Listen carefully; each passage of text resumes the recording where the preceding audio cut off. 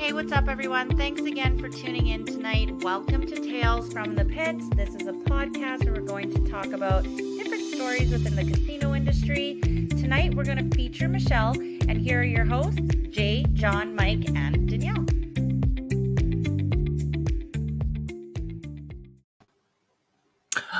Hello, good-looking people. My name is Jay.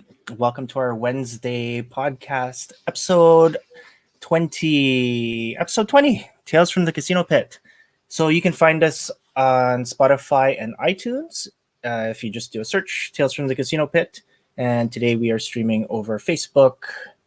Hello, everybody on Facebook. Casino Industry Canada. Oh, look at my jersey. Hello. Go Canada. Go Olympics. Yeah, go Canada. And of course, the Casino Dealer J YouTube channel. Thank you everyone for subscribing. You are good looking. Yeah, I love you. You guys are the best. The goodest. And we always say the goodest. So my co-host this week is the wonderful Michelle Workman. Hi, everyone. Hooray. Hope everyone's doing great tonight. Hold on, let me do the plug. There you go. Welcome, Michelle. How's your week been? How's house life? Yeah, apartment life now. Yeah. Yeah, it's so good, and I finally feel like things are going to start to go back to normal. You know, I've been in my new job for a few weeks. Our house that we're selling takes possession in a few weeks, and then it would just be like, okay, what's the new normal going to be like? So I'm looking forward to that. Yeah, absolutely. Yeah, I mean, like all the rough weeks are behind you now, and now it's like a new adventure. So it's pretty awesome. Yeah, for sure. I look fuzzy. It's okay. Hello. Let me find out. Oh, Daryl. Hello, Daryl. Hi, Daryl. Life alert. Hello, welcome. So glad to see you. Daryl, when are you jumping on again? Send me a message. It's nice to hear from you. So, yeah. Hello, everybody in the Casino Industry Canada. So for this episode, right now, the Tokyo 2020 Olympics are happening, even though it's 2021, because nobody talks about 2020. So we kind of skipped a year in life somehow. Yeah, I think it's pretty exciting. I think a lot of cool stuff is happening. So, it made me think about maybe doing some sort of casino Olympics at some point. Oh, that would be the best. You know, when we were back in the day trying to compete with skills, I mean, that was always so much fun. Yeah, can you imagine having some sort of set rules and regulations and doing some sort of competition? And it's debatable on how you really want to judge it. I mean, do you treat it like figure skating, or is it just pure skill? Like the guys with the Rubik's cubes when they do their stuff really fast and they have timers. Hey, some of the things that we do can definitely be timed, but yeah, you'd have both for sure, because some could be pretty quantified, but some a little more judged. Yeah, I can't imagine. Yeah, I can't imagine like seeing, when you do something like this, there's somebody that's like somewhere in the world that's gonna like jump in and then just blow everybody away. Where it's like, holy crap, I can't believe someone can do that. Yeah. And I think that's what makes things exciting about doing, things like that for sure. So. Yeah. They have stuff like that, like, in other professions, I think they do that for like bartenders and like I just exited the construction industry, and they used to every year do like a team building event where they competed in like hammering and drilling and sawing, like all the different construction type stuff. So it's always a good time, I think, no matter what the industry is. Yeah, absolutely. I think it's cool when you can take some sort of facet from your job and like make it competitive. I think it. Yeah. Yeah. And I think people that do it as well are like, hey, look at that. It's like. Yeah. Well, especially if you take pride in the skill side of it, right? And what you bring to it. So. Yeah, for sure. Okay. So Daryl, just wanted to add here because he had a very cool comment. Just sold my house as well. Wait, that's awesome. Congrats. I saw that he listed it. So he sold his pretty quick too, I think. That's awesome. Congrats. Yeah. Is it a seller's market right now? Because yes. I have not even looked at it. That's why we listed. Actually, we probably would have waited another year or two, but because the market's pretty hot right now, that's why we ended up listing. Sold twice in 2.5 weeks. Oh wow, that is incredible. Yeah. Okay, so before we move on, I really want to introduce someone very special. I haven't seen him for a while. We haven't seen him on the channel, so we need to get him on because we need to get an update on his life and how everything is. He's really important to the channel. Please welcome Rob. Hey guys, how's everything? Hey, how are you doing? Rob, this is Michelle. I don't know if the two of you have been on the channel at the same time, so I haven't met yet though, but it's a pleasure. likewise. Yep. So, Rob, could you let everybody know who you are? Maybe a little bit of your casino experience and background. I know you've been on this season already, but just to remind the new viewers. Absolutely. So my name is Robert Liu. I used to be a dual rate, which is basically a dealer / floor person for about a few years, way back in the day. I used to work in the Mohegan Sun casino up in Connecticut. And currently right now I am the Pai Gow Tiles champion of the universe. So hence, there you go. In a nutshell. Yeah, absolutely. With a perfect record, nonetheless, undefeated, 4-0. Undefeated. You are. What kind of pick is that? Is that a little thing in my teeth? What on earth is that? Oh yeah, sorry. Yeah, no, that's actually it's a PNG. Was that just some... Your teeth were so white that it actually kind of went through the green screen. So oh my gosh, I thought it was Danny trying to prank me or something. Oh yeah, no, not at all. I'll let that go. I'll let that go. But I'm like, oh, dude, my teeth aren't like that yet. Yeah, no. Yeah, we'll fix that in in our edits. Yeah. So tell me, what's been going on? Well, Rob, Danny isn't here, so maybe she's not here. Maybe she caught wind of your appearance, your special guest appearance. Hopefully she will be. She will be. But that's that's all right. We haven't had any events. People are scared of challenging you for the title, so you have you've been the longest reigning Universal Pai Gow Tiles champion of the universe. So, congratulations. That's right. And you know what, though? Since I do understand that this is going to be a public service announcement to the world, though, I am officially going to declare myself a so-called qualifier for the so-called Pai Gow League of the Universe. Oh my God. Our undefeated champion is joining the Universal Pai Gow Tiles League of the Universe draft. This is news. Absolute news. Wow. Thank you for sharing that on our podcast. That's amazing, Rob. Amazing news. You're already here first. I am not. Yeah, I am not sure. I am not. Get some tiles action going on. Oh yeah, there you go. I'll tell you, it's really tough of the 4 teams. I don't know. I don't know the order of the teams yet. I don't know how they're going to pick. I don't know who the first overall pick is going to be. It's all in the air, and it's probably one of the champions that's going to be the face of the franchise. So you may be face of the franchise. You may be drafted by the Long Tao Lions. So who knows? We'll see how it goes. Oh, the Legacy. Okay. Sorry, Long Tao Legacy. They don't want Long Tail Legacy. Okay, yeah. Okay. The management kind of disclosed that information. They wanted to be the first because they're the darlings of the league. So there's a lot going on here. The commissioner is trying to get things done, and he's trying to set a press conference very soon. So, yeah, incredible news. Incredible. Thank you so much. Incredible. Absolutely. So epic. So epic. So how's Hawaii weather treating you so far? Beautiful as usual. Summertime getting a little bit hotter and stuff, but overall pretty good. Same thing, pretty consistent all throughout and stuff like that, though. And fatherhood's great. Yeah. With the lack of a little bit of dark eye bags and whatnot, though, under my eyes, though, I'm fine. I'm perfectly fine. I'm alive. My lovely wife and whatnot, though. We take shifts and whatnot, and the kids been great so far. Came Yeah. natural. It's kind of weird, it's like it just is. I don't know how to even explain it. I always thought I was anticipating something really, really, really like over the top, like, I don't know, out of this world challenging, but I don't know, everything just came natural. So, and then also I'm lucky because, like, my kid doesn't seem to, like, be that complicated. He actually lets me know what he wants, and then that's it though. 90% of the time he's hungry. And that's it. Voila.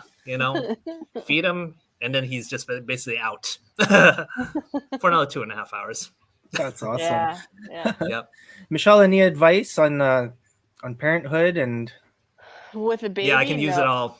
My kid, I don't know. my kid's 22. I don't remember what it's like to parent a baby. Oh wow, yeah. I understand. I have a stepson who's 15 years old and whatnot. So I mean, he grew up quick and stuff. But this is gonna be basically my first from from newborn all the way up till whatever adulthood and stuff. So we'll see. I'm just winging it basically, time and time again. Kind of like my wife always tells me. She's like, you know what? You don't look like a father. You just look like a kid taking care of another kid. I'm like, I guess so. I don't know. Whatever. Sure. I think we all felt that way, especially the first time around. Like, you always feel like you're like, am I doing this right?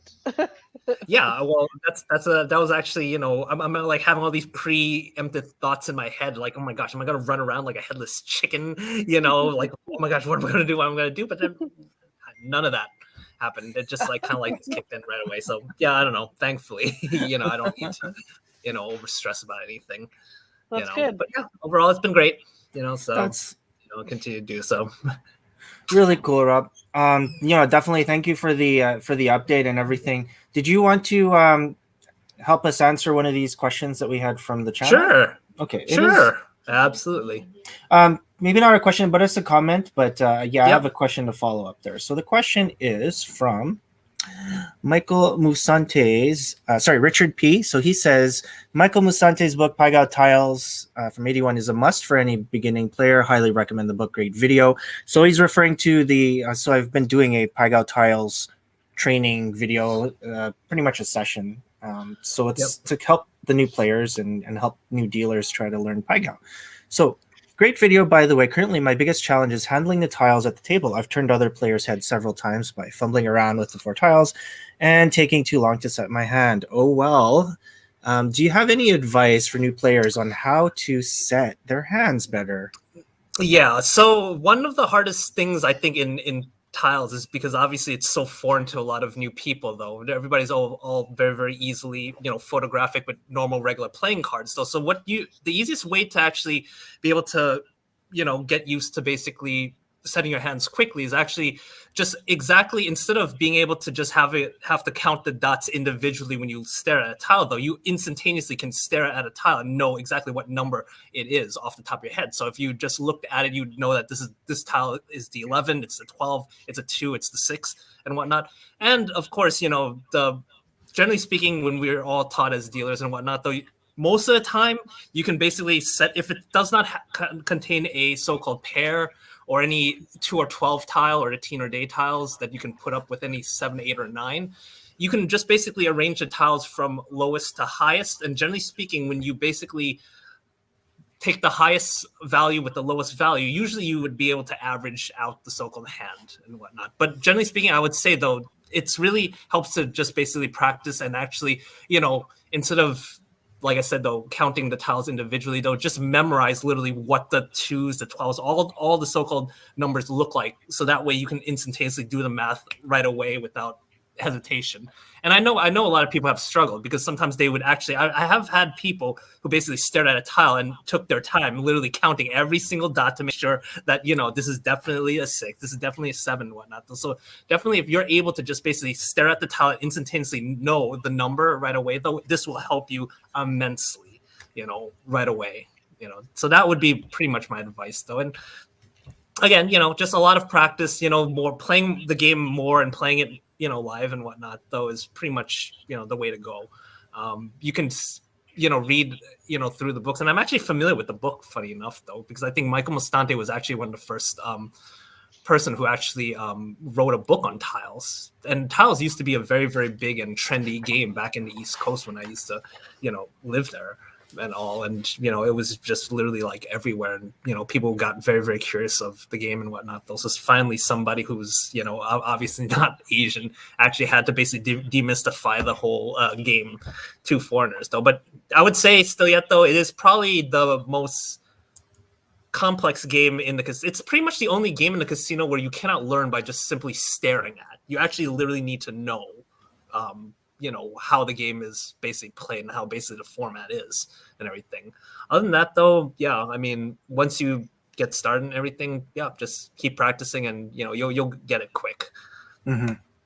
No, thanks. That's really good advice for the people on the channel, especially the people that are trying to learn the game. So yes, and definitely learn the game though. It's one of the most fun games around in the casino. Relatively low house edge and everything, and yeah, overall a fantastic game to grind comps, especially if you're one of those people who like to grind comps. Yep, right that's here. right. Yeah, that's right. I am Woo-hoo! one of those. Free drinks, free rooms, free, whatever, show tickets, whatever, depending on how deep your wallet is. Oh yeah. You know how it is. Yeah. Well, my wallet, definitely isn't deep. It had a couple holes in it for sure. So when I was trying to play, if I bet like $100, I would like bet 5 for the dealer, and I would pass them 2 tiles just so that it would take a lot longer for me to set my hand. Yes. So perfect. And you'd be at $100 average bet and whatnot, though. Exactly. Yeah, perfect. Yeah. Anytime I'm betting anything high like that, I always make sure that Floor always sees it. Hey, put this down. Is purple action. You hear that? You could do a whole episode on how to grind the grind, right? That's right. Oh, yeah. You can actually. There's a lot of obviously different games to grind. Although I'm not too sure, how in terms of comps wise, how tiles would be in comparison to like a game like Baccarat and stuff, because obviously it's a much more slower grind and whatnot though. But if you wanted to literally kill comps, I believe the game that actually you can do that in is Roulette, if I remember correctly. So yeah, but of course higher house advantage, in that game. So I kind of avoid it though. It's kind of like a little tchotchke that I play if I'm up money and I just want to kind of just like fool around and stuff like that though. Then then I'll just like hit a roulette KO. But it's very rare for me to do so. Yep. So Rob, where do you get your fix then? If you wanted to play Pai Gow tiles right now and you could travel wherever, where would you go and play? So generally speaking, like here in Hawaii, obviously, people go to what they deem as the ninth island of Hawaii, which is Las Vegas. Though Las Vegas, unfortunately, does not have too many tile in the game, actually, though. And ever since my friend actually brought me to California, though, wow, those games are basically rampant all over and everything. And they have probably one of the best so-called formats to play the game in comparison to any other spot I've played so far. I mean, you basically, California's a little bit of a different format because they're not really true casinos. They're considered quote unquote card rooms and everything. So basically every hand that you basically play, you basically have to basically give the house a buck though. But everything, no matter what you bet though, there's no commission basically taken out of your so-called bet and whatnot though. And you can play on literally any hand you want. Like if you wanted to even bet on the dealer's hand, you can bet on the dealer's hand. If you think that the dealer's going to win, by all means, you can play the dealer's hand. You can bank. You can almost double bank, basically, including the dealer. You can tell them how much money you want being placed on each so-called, side. So it's a completely different format. I think in terms of like the house's edge and whatnot, though, California so far, I believe, would probably be the best and whatnot, especially, because it's just like a buck a hand, basically. And I think it's $3 if you want to bank, basically. But other than that, though, that would be my number one preference for now. But yeah, Las Vegas would be my only other spot to basically, go to, because that's basically where my wife and I like to trek over to when we want to get our gambling fix and all. But unfortunately, there's not too many casinos now that actually have tiles and whatnot though. Even MGM unfortunately took out their only tiles table last time that I was there, which is kind of disappointing because, I ground up a lot of so-called comps at MGM, and now I think I'm going to be switching to like Win or something like that because Oh, wow. yeah. So, oh well, it's what it is. Yeah, no, definitely that was my favorite place to play Tiles. Yeah, and that I was where enjoyed I'd get comps there too, and they were really, I mean, they were nice once they knew that you knew how to play. Oh yeah, I know. So that's also another thing too, though. If you want to be like in a cool, actually, I'll tell you, the best game in my opinion in Vegas would probably be, well, it'll be either in Palace Station, which they have the $10 tables, which I think is the lowest minimum around, plus with the bonus, which is a sucker bet anyways, though. And Harrah's also has like, probably one of the best Tiles game in Vegas. Other than that though, and I say the best Tiles game, let's just realistic though. It's not like really East Coast where if you walked into a casino, you'll have 10 to 20 tile tables around. Like Vegas, you'd be lucky if there were even 2 in the entire casino, actually, which is unfortunate. But, that's kind of like, that shows you how the trend of tiles is kind of like, dissipated, because a lot of the old school casinos used to actually have it. Actually, almost everywhere had it though, and I actually have a tiles layout from Mandalay Bay, but Mandalay Bay currently does not have a tiles game, going on. And there's been so many other places like Binion's and stuff like that though. All the old school places used to have tiles, and now unfortunately it's a dying game, or at least it's not a popular game in Vegas, unfortunately, right this very second. So we'll see. I don't know. So, well, I enjoy the game. That's why you're giving me my fix here in Hawaii right now. So I look forward to all the so-called so-called streaming games that you actually provide and whatnot though. So yes, guys, definitely subscribe to his channel if you haven't. If you want to learn tiles though, learn and play. Yeah. No, I think the reason why I like doing this content is because I want it to be fun, and I want a new group of people to learn the game, and I want them to enjoy it, and I want it to gain the popularity here in like Western North America. Basically, it is a game. We still have it, but we're holding on to it barely in our city. I was so proud when it went to Vancouver, and they're still holding on to it. So I mean, like, I don't ever want to see the game fall off the charts, I mean, some games you can fall, and I wouldn't give a crap about though. I mean, like Red Dog, or like Chuck-a-Luck guys. I mean, I can kind of do without that, but tiles, I need tiles in my life. I don't know what to tell you.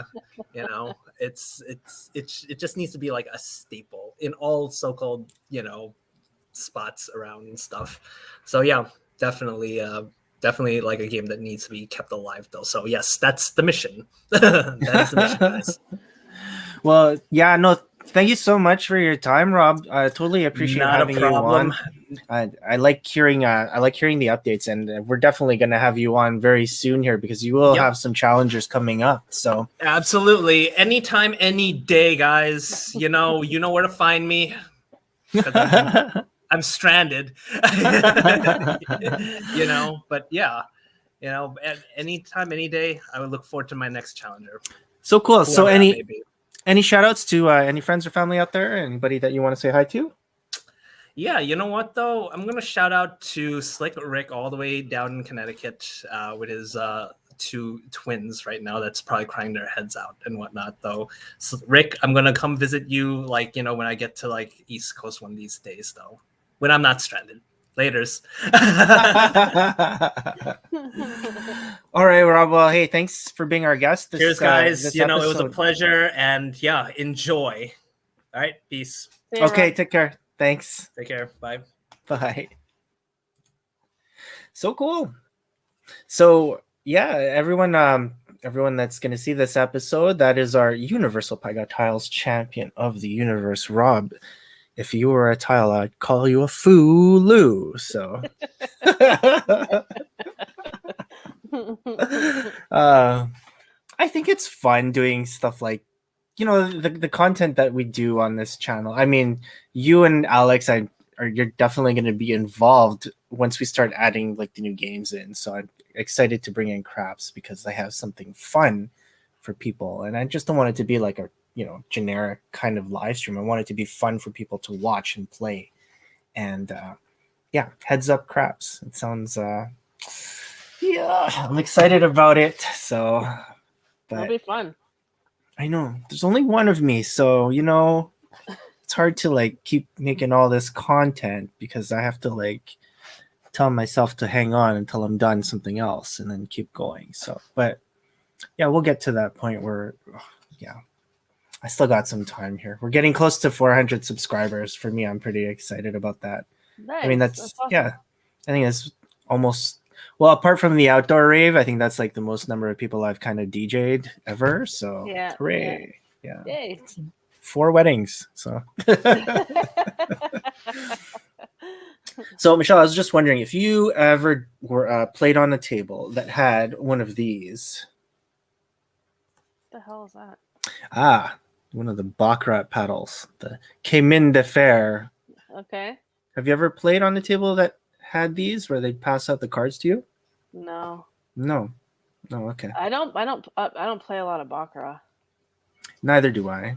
I could not afford to play on this table where they had the 3 dealers. Table that had a Yeah. Well, I mean, we only had one casino that had that, and that was the Baccarat downtown when they first opened, which was amazing. Yeah. And I have 2 of them. Ah. Don't ask me how I got them, but I do have them. And So nobody. So Yeah. that's used specifically on the big baccarat tables. That's right. They had one of those at baccarat. Yep. Oh. They I had didn't a know 3 dealer table. It's like a craps table basically. It was huge, and yeah. So then the dealer would be passing out the cards with this paddle. Really, yeah, really classic. So I got my hands on both of them. So. That's so cool. You always have like cool memorabilia stuff like that. Yeah, exactly. It's like, yeah, I'm going to be like a Edmonton casino curator at some point, some museum of Edmonton casino stuff. So there you go. Yeah. I forgot to mention last week we had Shauna Lubischuk on. So if you guys haven't seen that episode, make sure you check it out because her book Interference is out and it's available on Amazon. So pick it up. They have a Kindle version, which I picked up, but we're also going to get a couple more books for the finale. So we'll give a package away of both books and then an Amazon gift card, which is a few weeks away. We're almost done our second season here. We usually do 26 episodes, and I think this is 20, but there's 3 specials. We're at 23, so I think we've got maybe 3 more. So yeah, nice. Yeah, it's I said it last time, but I love her pen name. I think it's awesome. It's very catchy. SLX. Yeah. I it's pretty cool. Like I love it. Because James, he wrote his book about it was a wrestling book. So he talked about Calgary Stampede Wrestling, and that was Calgary Stampede Wrestling. It wasn't Calgary, but yeah, I mean, like the whole legacy of wrestling back in the day, it was really cool. And like I have that book as well. So, but when someone in the casino industry is able to do something that takes a lot of talent, and it takes a lot of skill to make a work of art like that. A book, or like people that write songs and stuff. It's amazing to me. I can't imagine doing things like that. So yeah, it is awesome. Yeah. Maybe one day, Michelle, I can do an article as well. But nobody ever asks me, like, because apparently I'm not cool enough. My stories are always.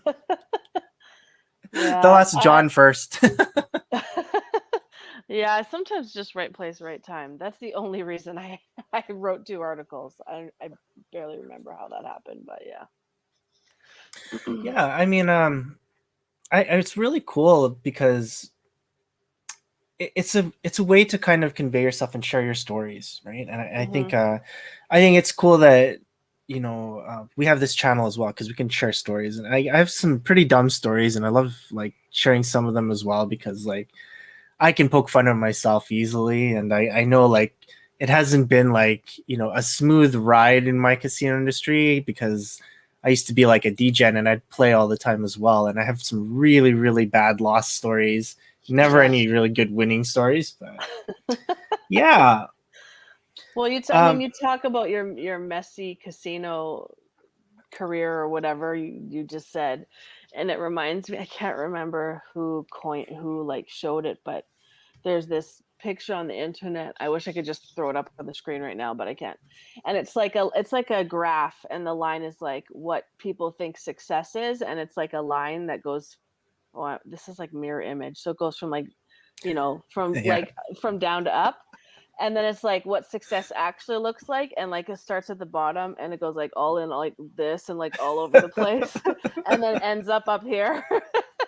So it's just like, everyone always sees other people's experiences as like a straight line, right? And I think everyone goes through that, like back and forth and up and down and lateral move here, and like that's just experience, right? That's just how it goes. Yeah. I used to think that, yeah, you know what, being a casino dealer is like pretty awesome. And then I think it was like Arsenio Hall. He was like talking to like people in the audience. He's like, "Sir, what do you do?" And he's like, "Oh, I'm a blackjack dealer." He's like, "Wow, your parents must be really proud." So I was like, when he said that, I was like, "Oh, Like, oh. oh, you just burned me too. Damn, Arsenio, like I thought it was a fun job." That's hilarious. Quick story. You just made me think of one time Alex and I were crossing the border into the States, and the customs officer asked Alex what he did for a living. And he said, "I'm a poker dealer." And the customs guy looks at him and says, "You're a Coke dealer?" And he's like, "No, poker. He's like, "Good, because you probably shouldn't say that even if you are." Oh, yeah, that's funny. Oh my god. Yeah, that's funny because it adds to the, well, yeah. I just remember that story I told you like a few weeks ago where I was like the games manager and I had to like kick this lady out, and she thought that I had some fun stuff for her too. Just, I know you do. I know you do. I'm like, get out of here. Out.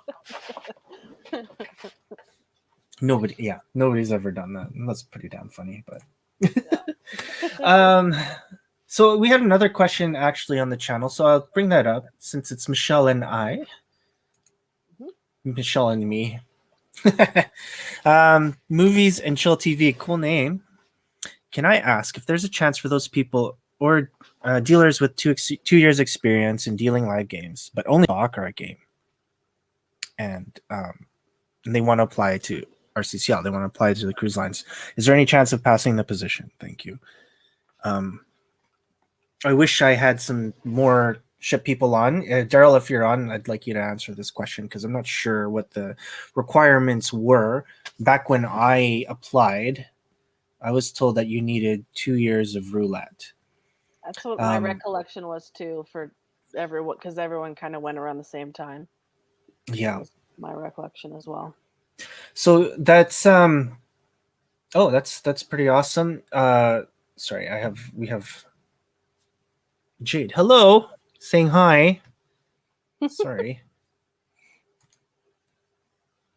Go check her channel out. She's on Twitch. She's amazing. She's a really cool gamer, and she's gonna help me with Twitch when I start doing that. Nice. I do have a Twitch account, but it's the Cora Juice one. DJ Cora Juice. Yeah. Anyways, back to this question. Sorry, I'm just remembering you telling me the Cora Juice. The Cora Juice. Yeah, DJ Courageous. No, it's Cora Juice. It's definitely Cora Juice. That's what everyone. I had it on my posters. So I have my post. No, I don't have it here. But I had my posters upstairs, and it's just like Korajus, and everyone's like Cora Juice. I'm like, no, it's Courageous. It's just supposed to sound like courageous. I thought I spelled it cool. It's like it's just courageous but cooler. They're like, no, you're now Cora Juice. You are definitely DJ Cora Juice. And man, guys, did you go on White Ave and check out DJ Cora Juice? Man, that guy plays some really good music. So yeah, it's pretty embarrassing. Sorry. Okay, I'll go back to Jade. Sorry, Jade. So the question is there any chance of passing the position? Anybody, if you're on and you've worked on the shifts and you've worked later on than I did, because I worked when there was no cell phones or internet. Um, but yeah, I was told 2 years for roulette, and however, I just did an on break with Becky, and she's actually on the ships right now. So she works for a major cruise line. I don't want to say what it is because she's working, so I don't want to. There's a confidentiality thing. Anyways, it's a big cruise line. It's not RCCL, by the way, but she said that you don't even need roulette. If you go on their line, you can actually learn it, but you have to finish it by the end of your contract and know it. So even like probably blackjack, you probably have to learn that on land before you go on the ships. So I think they need staff. I think it's a little bit different now with the pandemic and them getting back on their feet. I think there's a lot of things that are happening there, but I mean, I reached out to my old agent and she's still doing it. Like she's still hiring for, Wow. yeah. So it was like Kim from Just Cruising. So I wanted to get her on the channel. She did agree. Then she thought I was applying to go back on the ships. So she probably got me mixed up with somebody. So then I was like, okay, no, just don't worry about it. But yeah, she's still doing it. She's like, yeah, just send in your resume if you want to go back. I'm like, no. I can't go back. Did she say that they were like, are they pretty short staffed? Like after trying to get things going again? I would imagine a lot of people went and got jobs. Yeah, I think a lot of people did. However, she had to go through the process. So I think it's a little bit competitive. I don't think you can just walk on. So she said she was lucky to jump on something right now. However, like they're only going through just there in the UK. So right. I guess that's true. They're probably not like full on yet. Yeah. Limited sailings and stuff. Great. I'd like to get Pippa back on and see because like she does a lot of the cruising and go check out her channel as well. I forgot the name of it, but we'll put it in the description. It's a really cool channel. She's got a lot of followers. But she was always talking about, the minute they were going back in Australia cruises, it would just be Australians first. That probably changed just because hasn't been that great there recently this summer. So there's just been some issues, but yeah, some casinos locked down and everything again. So I can give a quick plug to the company I worked for, Card Player Cruises. If there's any poker dealers interested, I don't know if they still hire the same way. It's been a long time since I worked for them, but I found them by accident online, applied. And they're like, yeah, sure, come on. So it's different than kind of what most people are considering with the big cruise lines where you go for 6 months at a time. Card Player Cruises just go for one cruise. So if their cruise, they do like 5 to 6 cruises a year, anywhere from 1 week, 1 or 2 weeks usually, but I think they do the odd one that's longer. And you just pay the taxes to go on the ship, and then you work for tips. So it's like it's a working vacation is basically what it is. The great thing about the casino is you're never the casino's always closed when you're in port, so you can work and still go see all the sights and stuff.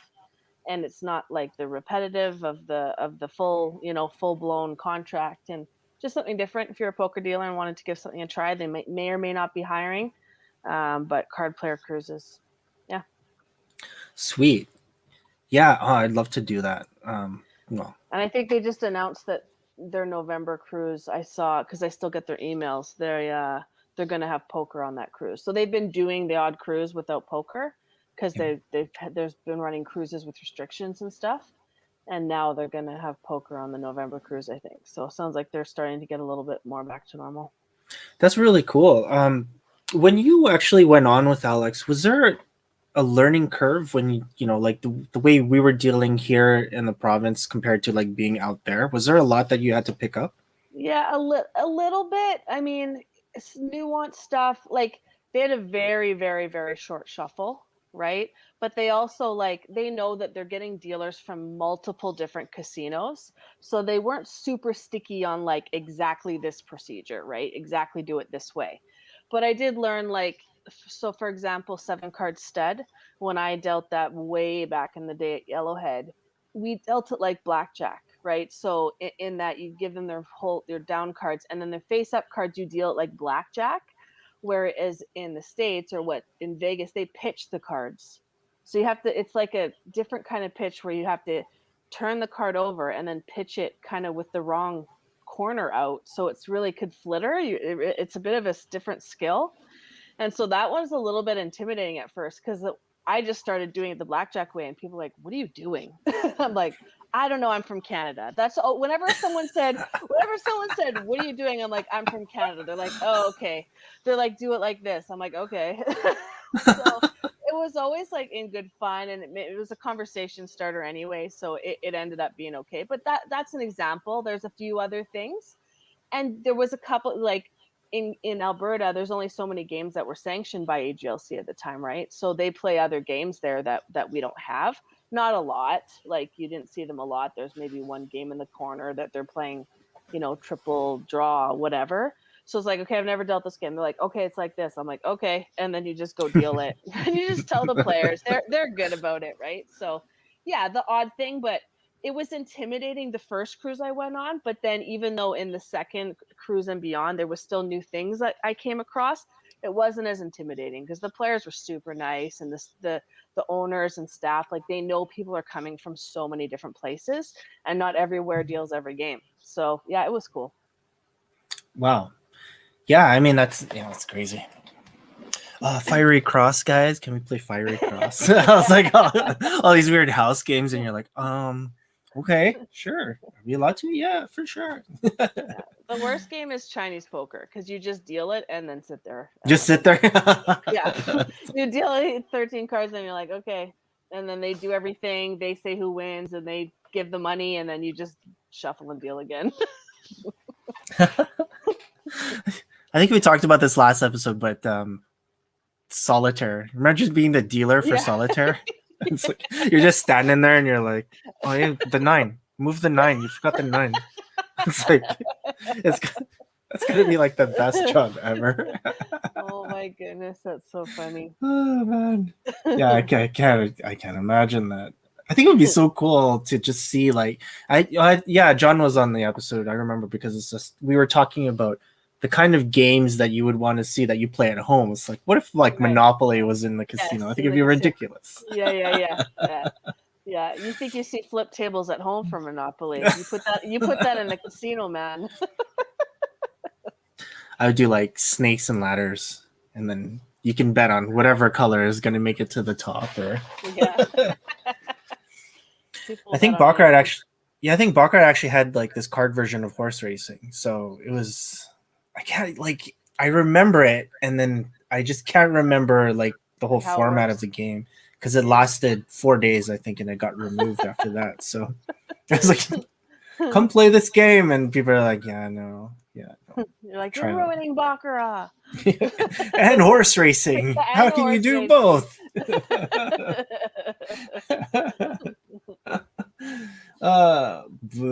Okay. I wanted to save this question, but I'll ask you first. Okay. Since it's just us. Okay. Where did you work before your first job in the casino?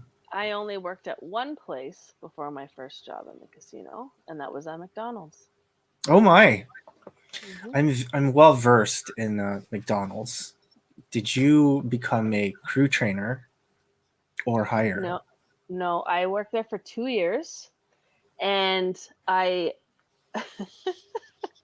this is so silly. So I really wanted to be like, I just want, I sense like working the casino, I just wanted to keep getting like promoted and learning and whatever. And so at McDonald's, I got just really annoyed. There was this guy that worked there who was just like ridiculously in a good mood all the time. Like he just drove everyone fucking crazy. And he really wasn't a nice guy.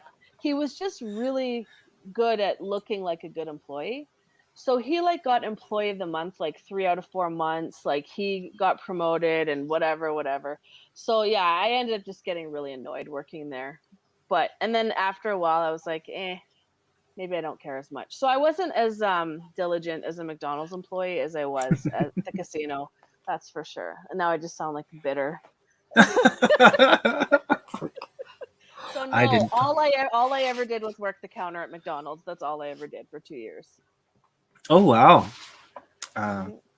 that's too bad because McDonald's was my first job, and we actually ended up opening up a brand new McDonald's in the Kensington area, just by near Castle down there. So We opened a new one too. So really? I opened the one at Riverbend Square. Oh, nice. So I worked at Linwood for like 2 months, a month or two or something, and so that I could train because I was new, and some of us that were new did that, and then we went and opened the Riverbend Square one. My brother worked there too. Well, that's awesome. Yeah. I'm trying to think if any casino people I know work there. No. Well, who you guys were? Who were we? Shauna, didn't Shauna? Someone Shauna recently worked. That's right, Shauna. Sorry, yeah, Shauna. You guys were talking about it, and I was like, dude, I worked at McDonald's too. That's so funny. You know what pissed me off the most? This is the thing by far, like working there for 2 years. So when I started working, I was 16. I was actually technically still 15, and minimum wage for under 18 was $4.50 an hour. So I made $4.50 an hour. And then whatever, like you could get 25 cents a year basically or something, or 28 cents or something a year was the max after your reviews. I didn't get promoted, but I got good reviews. It's not like I was a terrible employee. And so after my second year, like those 2 reviews, I got like just 1 penny off the max or something. It's like 26 and 26 cents or something like that. So my second annual review was right before my 18th birthday. And so I was making $5.02. But the minimum wage for an 18-year-old was $5. So I was like, I just got these 50-cent raises and I'm right where I would be anyway. I'm like, this is bullshit. What a ridiculous thing to get angry over. But hey, when you're 18 and making $5 an hour, 50 cents an hour, that's like 10%. Yeah, that's so true. I think I'll say I never thought that I would leave a job that was paying like $5 to $6 an hour and then find something that was paying $5 to $6 an hour plus tips, which was like $5. Yeah. I think it was more than that. It was a big jump going to the casino. It was an eye opener back then, and to work at that one casino because they were paying the most. Because I always talk to everybody else because I played way too much at the casinos. So then you have this rapport with dealers and we're all together and united. But yeah, we were always making the most for sure, which was just crazy. I mean, the tip rate was good and the scheduling was good. So, like I say props to Renal because he probably made whole people a ton of money when he was scheduling because EOs send people home. Everybody else that worked, your hourly rate just went up because it was just really tight, like the way that the rotations were set. It was a big jump going from there to the casino, and then it made it, not that I was like in a hurry to leave, but then it did become hard to leave even if you wanted to, because then you're kind of making this money that's hard to make if you don't have experience doing something else or education or all that kind of stuff. So yeah. Okay, I know where to take this. Let's make it a little controversial here. Yeah, there was a post on one of the casino groups where they asked, "Do you guys have security in your tip pool?" And to me, that was the most insane question I've ever seen. And you know what? So they're alluding to the fact that security at their casino is getting a piece of the tip pool. Out. Yeah. Okay, got it. It's man. First off, what's your opinion on that? Oh my god. I know I'm opening up a lot of doors here, but really, there's one answer, and I'll hammer it home. But yeah, I want to know what your opinion is of that first.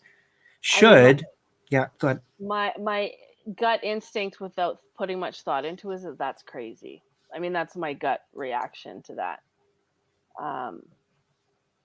Yeah. Shared tip pool with other departments? Is that what our question is? Yeah, let's add that banner because this is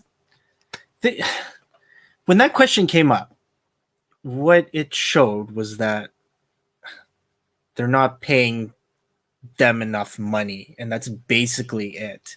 And I think when you talk about a tip pool, And there's always this argument about whether the floor supervisors should be like included in it, or like, managers or whatnot.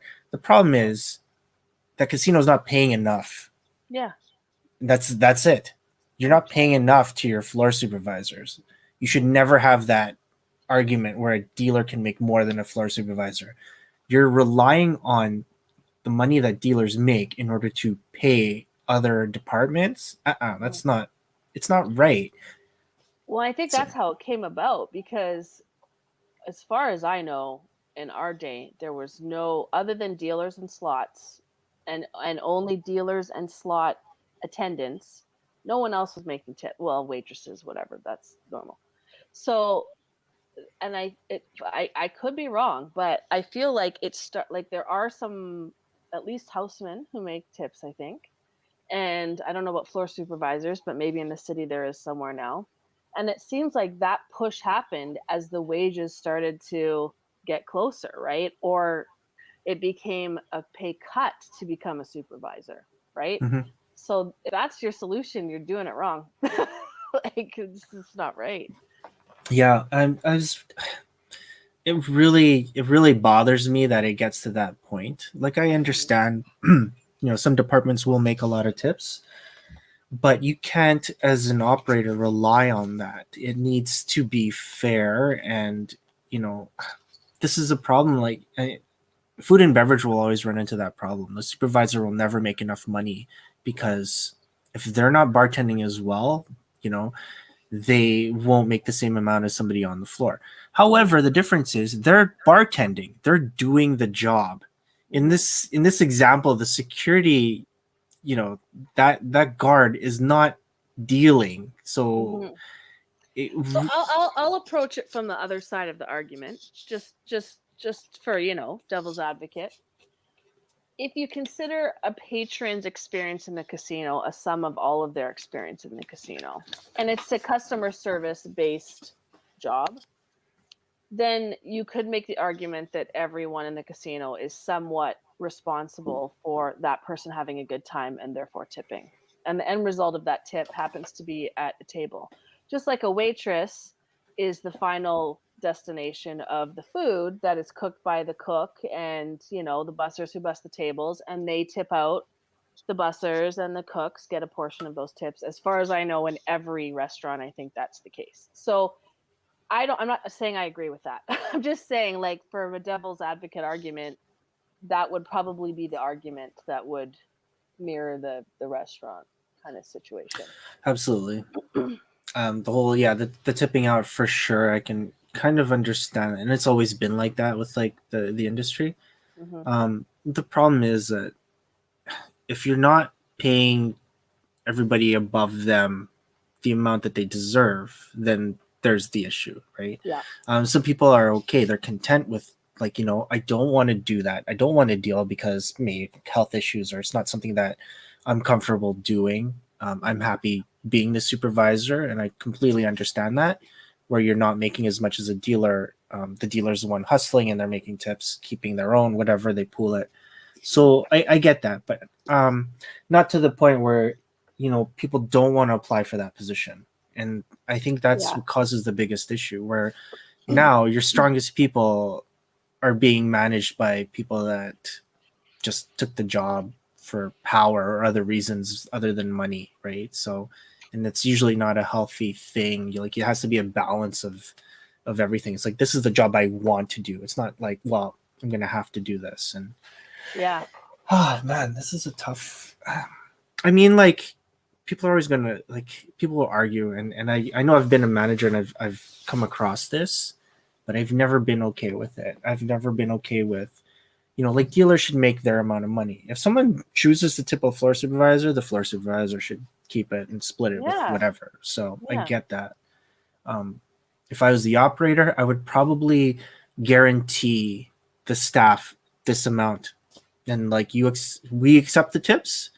You accept the tips, it goes into whatever, like the count team will count it all and then distribute it by percentage if you want.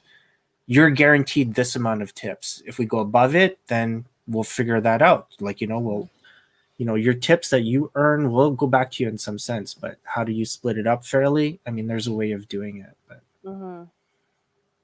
it's very complicated. But a lot of, and again, it's like, do you care about your staff? I mean, like if I was at that level where it's like, yeah, you know what, I do care about my staff, this is probably what I'd want to do, because I want you to go there, make money, and be happy.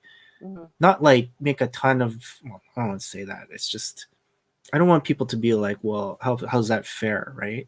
And whenever you get that question, there's always that doubt about the casino itself in the general. So how is that fair? Whenever I hear that, it's like, shit, that's tough. How is it fair? Yeah. So anyways, I wanted to throw some controversy there. And well, anytime you throw in a question surrounding tips, it's going to be controversial. So. Yeah. Oh, we learned in the first season. That's why, guys, the ones, all of you listening on the podcast, when you hear this might be the first time you've heard about it, but if you listen to like Talking Craps, there was one episode where it kind of came out, and then it just snowballed to this massive discussion. And there was comments after, and it was a really big thing. And, it's like, I totally get it. It depends. It really depends on your situation. Can you split tips fairly or not? And there's never a right answer to it, right? People will hate one decision. Whether you say one thing, people are going to hate it. You say the other side of the argument, people are going to hate it. So you can't please everybody with tips. So. Yeah, well, it's because there's good arguments in more than one scenario, right? So it makes sense for this reason, but doesn't make sense for this reason. So there's that exactly. Yeah, it would definitely be a question. Yeah, if we're like in a staff meeting, it would definitely be a question. It's like, hey, how come people that don't deal poker make poker tips? Like, you can make it so bad where people are like, hey, you shut your mouth, like. How come craps people get part of the pool when they don't make any money in tips? Like, hey, it's a variety we're bringing in.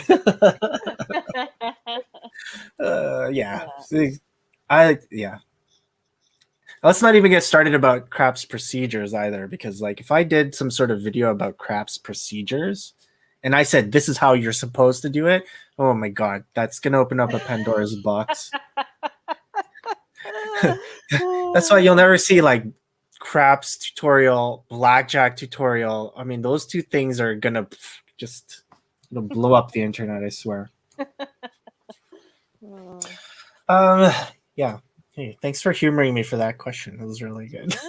That's what I'm here for, just to humor you, Jay. Yeah, thanks.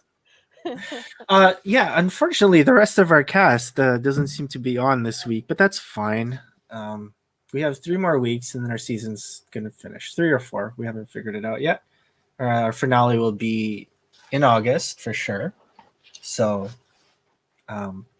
we'll give you an update because we want to give some stuff away for that finale. So all of you on, I mean, we appreciate you being on. So hopefully we can get a few more sponsors and whatnot. Next week, we will have Alex. She'll talk about her time, but she's kind of worked at a few places in the city. She worked in a party pit. She's really good. One of my original students. She's still working, and she can give us an update on how life is. Awesome. At some casinos, yeah. We'll also get, we do have Nicole coming on, and just a few more guests. So I'm pretty excited. I think I like this format. Do you? Do you like it? Yeah. So far? Yeah. Yeah, we kind of mix it up. So it gives us the opportunity to have like even like 2 guests on for one episode. So I think it's cool. It was really nice of Rob to jump in and it was kind of like last minute. And, I didn't really get the effect. I mean, we got some effect in the fact that he's declared himself in our draft. So that's pretty awesome. But yeah, I was really hoping that Danny would be on, and then you could hear the two of them. Trash talking. Yeah. She'll be choked if she missed that opportunity. Oh well. I mean, next week she can post her reply, I guess. So yeah. So anything else that you wanted to talk about? We're near the end of our episode here. It was really fast. So yeah, no, I don't think so. No shout outs this week? there's got to be a shout out for sure. So Shout out to the Oilers for all their pickups and trades. Lots of activity. I'm not looking to open that can of worms, so I'm not looking to show an opinion right now. Just a lot of activity happened today, and it's cool to see that. Whether you love or hate what happened, it's cool to see activity. Like trying to make something. So sweet.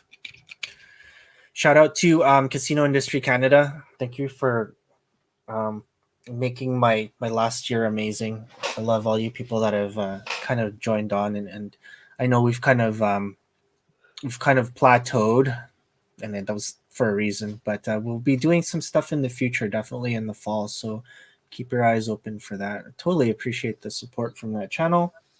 I appreciate the support from the Casino Dealer J channel as well. So I think next week we may try to go on, I don't know, LinkedIn. we can stream on LinkedIn if we wanted to, but I've do you always have LinkedIn Live? No. Do we need LinkedIn Live? Oh, geez. You might. I don't know, because I've seen people talk about like people who are content creators on LinkedIn who can't use LinkedIn Live. Like it's really weird how they decide. So I don't know. You just might want to double check.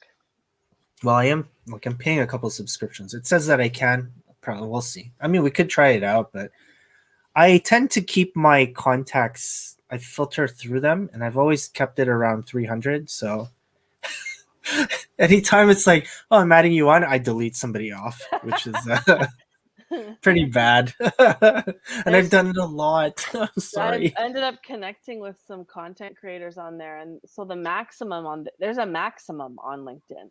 Oh, really? Not followers, but connections. It's 30,000. It's not that much for people who have a lot. So people don't know that, so they just accept everybody, and then they're like, oh shit. and then to accept someone they have to do this. So you're just ahead of the game. Oh, okay. Yeah, my 300. That's awesome. Yeah, I'm definitely just like a small fish, but I think it would be cool to try out stuff like that. I know like Jade, she does Twitch, so I definitely want to be a part of Twitch, but I don't know if it's going to be the casino channel or my DJ channel. It's funny. I accidentally streamed to my DJ channel on here one episode, and people are like, "What the hell's going on? How come you're not playing any music? What the?" It's like you look like you're DJing, but it doesn't sound like you're DJing. Why is Corey Juice talking about? Hold on, man. 3-card poker. Corey Juice, he's always doing stuff like that. All right. Well, hey, thank you so much, Michelle. Thanks for being on this week, and it was a pleasure. Thanks everybody that's kind of jumped online. Thanks, Daryl, for messaging. We haven't really got a lot of messages lately. We're kind of drying up here, but we're near the end of the season, so I'm getting really excited about that. Our finales are usually pretty good, so we do a lot of different things during that. So yeah, it'll be fun. Yeah. Okay. Again, if you guys want to see a replay of the episode, it will be on the channel. So I'm just going to put the link back up. And then in a few, I'm still behind on podcast episodes, but we always catch up in the end. So thank God that the season's ending. So then I'm going to catch up before the start of the third season. So, That's the plan anyway. That's a plan. I know. It's like you guys, the guys that are listening on the podcast, it's like, oh my God, like it's like Christmas right now. What are you talking about? Summer. All right. Okay. Thanks again, Michelle. Thanks everybody for being on. Have a great Wednesday evening. We'll see you next week. Bye, everyone. Bye.